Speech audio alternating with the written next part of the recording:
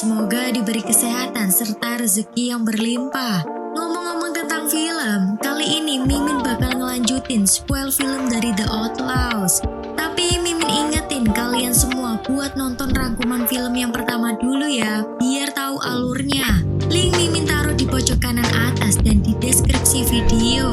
Sebelum mulai ke alur filmnya, jangan lupa subscribe dulu rek, biar Mimin makin semangat dan arek-arek tidak ketinggalan film-film terbaru lainnya. Film yang bercerita tentang seorang detektif kepolisian bernama Mas Seokdu yang berusaha menangkap seorang pelaku pembunuhan berantai. Tidak perlu berlama-lama lagi, langsung saja kita masuk ke alur filmnya. Film ini dibuka dengan memperlihatkan situasi bahaya, di mana banyak kriminal asal Korea Selatan yang mulai kabur ke wilayah Asia Tenggara. Di sana para kriminal tidak segan-segan melancarkan aksi kejahatannya dengan menargetkan para wisatawan asing. Salah satu kasusnya terjadi pada seorang pemuda kaya raya bernama Yonggi yang saat itu berlibur di Vietnam.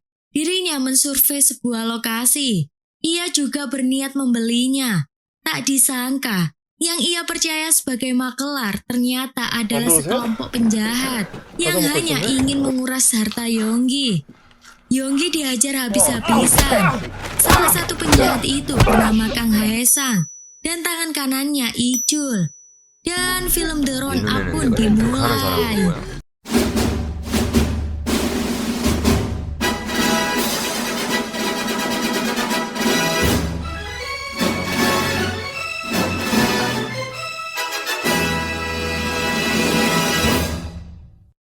Scene berpindah, memperlihatkan seseorang detektif bernama Mas Seokdu yang diminta datang untuk menangkap seseorang ODGJ yang mengamuk sambil mengancam akan membunuh siapapun yang mencoba menangkapnya. Polisi yang berjaga terlihat berhati-hati untuk menangkap si pelaku karena pihak polisi takut membahayakan nyawa orang-orang sekitar. Namun tidak dengan detektif Ma. Dengan satset, dirinya memberikan sedikit pijatan lembut kepada pria tersebut dan detektif Ma berhasil melumpuhkannya.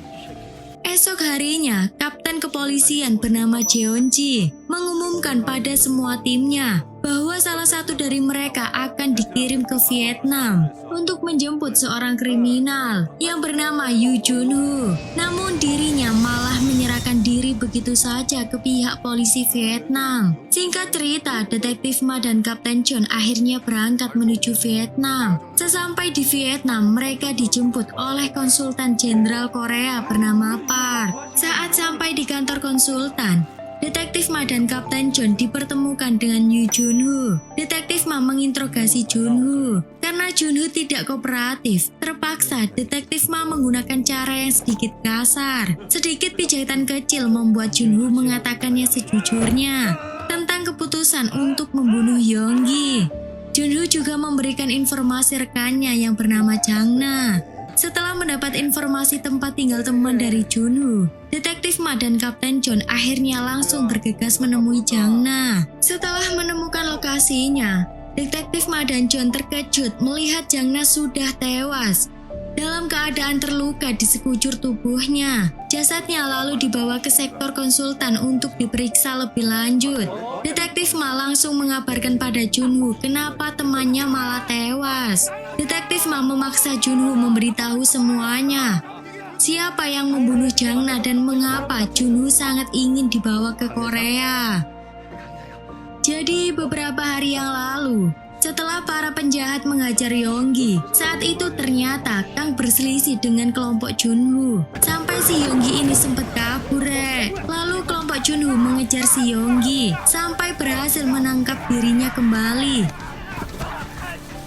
Yonggi sempat memohon agar melepaskan dirinya dengan imbalan akan memberikan uang tebusan yang sangat banyak. Namun Kang tiba-tiba datang dan langsung menusuk Yonggi berkali-kali. Melihat hal itu, salah satu teman Junho memprotes aksi Kang karena membunuh Yonggi tanpa persetujuan mereka. Perkataan tersebut membuat Kang muak. Dari belakang, si Icul menikam orang itu. Mayat Yonggi dan rekan Junho kemudian dibawa dan dikubur di halaman belakang rumah Kang. Untuk mendapatkan uang tambahan, Kang Kang menelpon ayah dari Yonggi bernama Mr. Choi dan meminta uang tebusan jika ingin anaknya selamat. Jadi begitulah aksi kejahatan Kang selama ini. Awalnya ia menipu para wisatawan dari Korea Selatan, kemudian membunuh mereka dan meminta uang tebusan pada keluarga korban. Saat sudah mendapatkan uang, si Kang ini bakal hilang begitu saja, Rek. Semacam di ghosting mantan gitu, Rek, tiba-tiba hilang. Entah mati atau masih hidup. Menyadari Kang adalah penjahat yang sangat bengis, maka dari itu Junho memutuskan untuk kabur.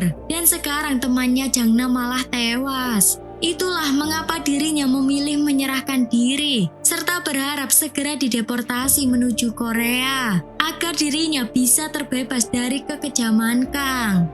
Detektif Ma dan Kapten John yang dijadwalkan untuk kembali ke Korea Selatan akhirnya memutuskan membatalkan demi bisa menyelidiki kasus Kang lebih dalam. Detektif Ma juga menghubungi rekannya yang ada di Korea untuk mencari tahu informasi tentang Kang Haesang. Esok harinya, Detektif Ma, John serta Park ke lokasi rumah yang sudah diberitahukan oleh Junho. Mereka menggali halaman rumah itu dan menemukan 4 mayat yang dibunuh oleh Kang. Detektif Ma yang melihat korban bertambah banyak berusaha mencari keberadaan Kang. Kapten John serta Park sebenarnya tidak setuju karena mereka sedang berada di Vietnam dan menyarankan agar kasus diserahkan kepada pihak kepolisian Vietnam. Namun Detektif Ma tidak peduli dan tetap bersikeras akan menangkap Kang. Detektif Ma mendapat informasi lokasi judi ilegal yang dipercaya mengetahui keberadaan dari Kang. Detektif Ma serta Kapten John segera bergegas menuju tempat tersebut.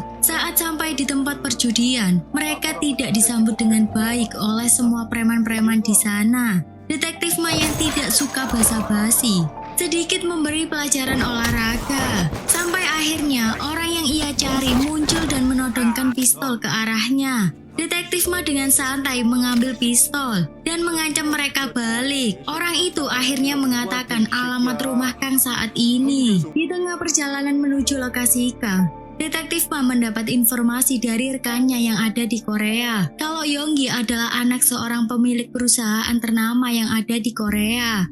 Ayahnya bernama Mr. Choi. Namun anehnya, sampai saat ini pihak kepolisian Korea mengaku belum menerima laporan dari pihak Choi. Hal ini membuat Detektif Ma curiga kalau Choi mungkin saja mengirim pembunuh bayaran untuk membunuh Kang demi bisa membalaskan kematian putranya. Sesuai dugaan Detektif Ma, dirinya melihat beberapa pembunuh bayaran akhirnya sampai di kediaman Kang. Meskipun jumlah mereka sangat banyak, namun Kang dan Ijul malah berhasil membunuh semua orang suruhan dari Choi.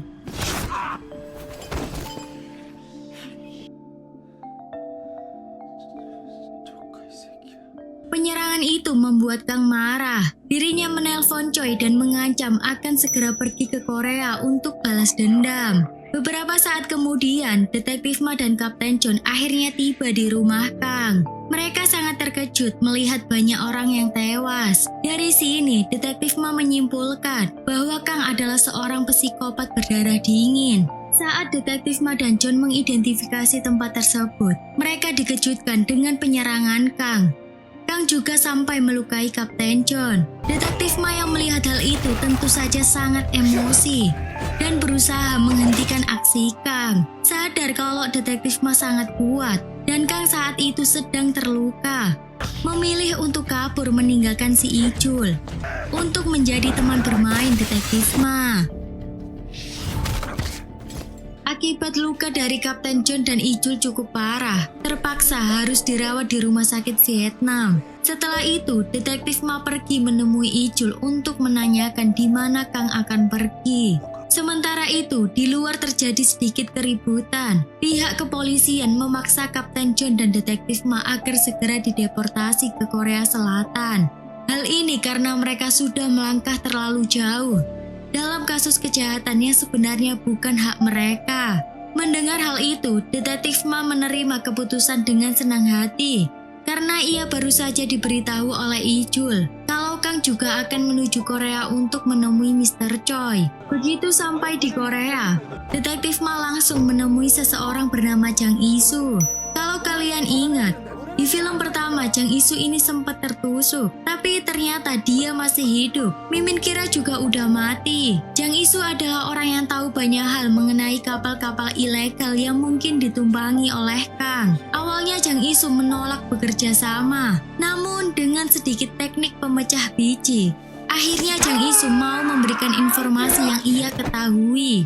Setelah ditelusuri, ternyata seorang kapten kapal bernama Bagong diketahui baru saja menerima kedatangan kapal ilegal dari arah Cina. Tidak ada waktu lagi, Detektif Ma dan rekannya bernama Do Hyun langsung memeriksa semua CCTV di sekitar pelabuhan untuk melihat kedatangan Kang. Dan benar sesuai perkiraan mereka, di salah satu CCTV, Detektif Ma berhasil menemukan keberadaan Kang yang saat itu terlihat sedang mencuri sebuah mobil. Sebelum melanjutkan penyelidikan, Detektif Ma dan para polisi pun pergi menghadiri acara pemakaman Yonggi dan mengucapkan bela sungkawa pada ibunya yang bernama Nyonya Kim. Setelah ke rumah Yonggi, mereka melanjutkan pencarian Kang Haesang, hal yang tidak disadari oleh semua pengawal Mr. Choi. Ternyata Kang sudah berhasil masuk hingga membunuh tangan kanan Mr. Choi serta menculik dirinya.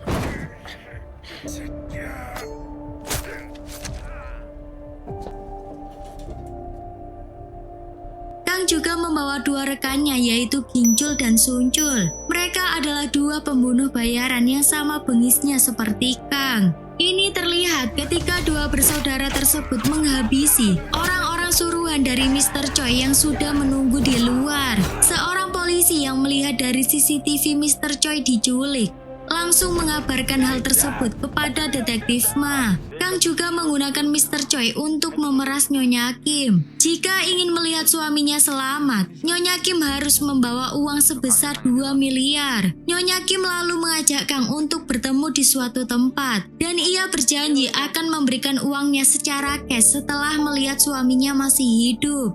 Esok harinya, operasi penangkapan Kang dimulai. Detektif Ma dan para polisi akhirnya bekerja sama dengan Nyonya Kim demi bisa menangkap Kang. Karena Kang sudah mengetahui identitas dan wajah para polisi, jadi Detektif Ma memerintahkan Jang Isu untuk berpura-pura sebagai supir Nyonya Kim. Setelah Nyonya Kim dan Jang Isu berangkat menuju lokasi, ternyata Kang sudah memerintahkan adik kakak itu untuk membuntuti mereka, agar mereka yakin kalau Nyonya Kim tidak membawa polisi. Tanpa Kang dan kedua orang itu sadari, pihak kepolisian juga sudah menyiapkan rencana lain untuk mengawal Nyonya Kim dan Jang Isu. Selagi beberapa polisi mengawasi Nyonya Kim, di sisi lain Do Hyun diperintahkan untuk mencari keberadaan Mr. Choi. Di waktu yang sama, Do Hyun menemukan keberadaan Mr. Choi. Saat ia membawa Mr. Choi keluar, tiba-tiba Kang datang dan langsung menikam Do Hyun. Karena merasa panik, Kang pun memutuskan untuk segera kabur dari tempat tersebut.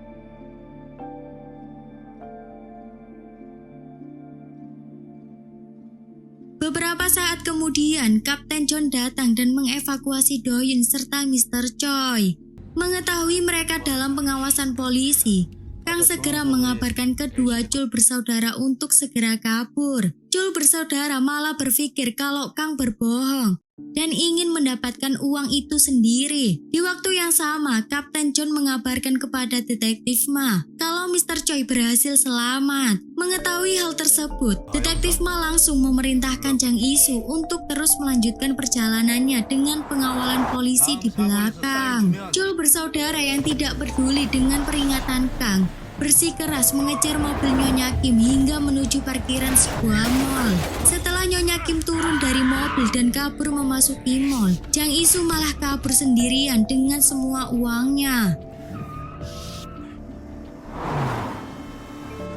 Tak lama kemudian, Detektif Ma dan beberapa polisi akhirnya sampai di mall itu untuk menyelamatkan Nyonya Kim. Salah satu Chul bersaudara bertarung melawan polisi di parkiran mall dan mereka berhasil menangkapnya. Chul bersaudara yang satunya berusaha mengejar Nyonya Kim sampai ke dalam mall. Saat dirinya ingin menyerang Nyonya Kim, Detektif Ma datang dan sedikit memberi pijatan kepada Sun Chul serta menghajarnya hingga tak sadarkan diri. Dua bersaudara itu pun diamankan oleh pihak polisi. Di sisi lain, Jang Isu yang sudah kabur kabur dengan uang 2 miliar terlihat sangat bahagia. Namun kebahagiaan itu tak bertahan lama. Ia ditabrak mobil Kang dari belakang. Tak ingin menyerah begitu saja, Jang Isu akhirnya kabur dengan menggunakan sebuah taksi. Para polisi lalu lintas yang melihat aksi Kang mencoba untuk menangkapnya. Namun justru malah membuat mereka tertusuk oleh Kang. Di sisi lain, Jang Isu mencoba kabur dengan menelpon si Bagong agar menyiapkan kapal ilegal untuk mengangkut dirinya pergi dari Korea.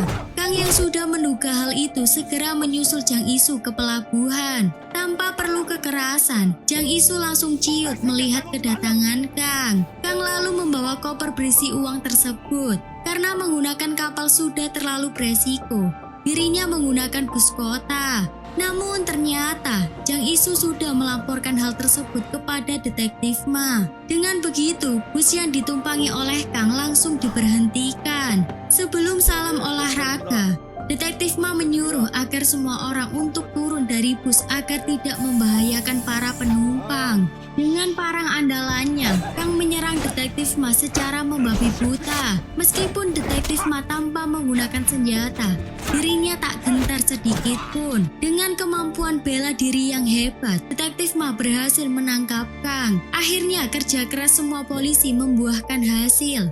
Dengan tertangkapnya Kang, menandakan misi telah selesai. Kapten John mentraktir para polisi untuk merayakan keberhasilan mereka. Dan film pun tamat. Oke Rek, itulah keseluruhan dari alur cerita The Roundup. Mimin juga bakal bahas film sequel selanjutannya dari The Roundup. Oke, buat arek-arek saya ucapkan terima kasih karena sudah menonton. Jika ada kurang atau lebihnya mohon maaf. Mimin dan segenap tim jajaran pamit undur diri. Terima kasih.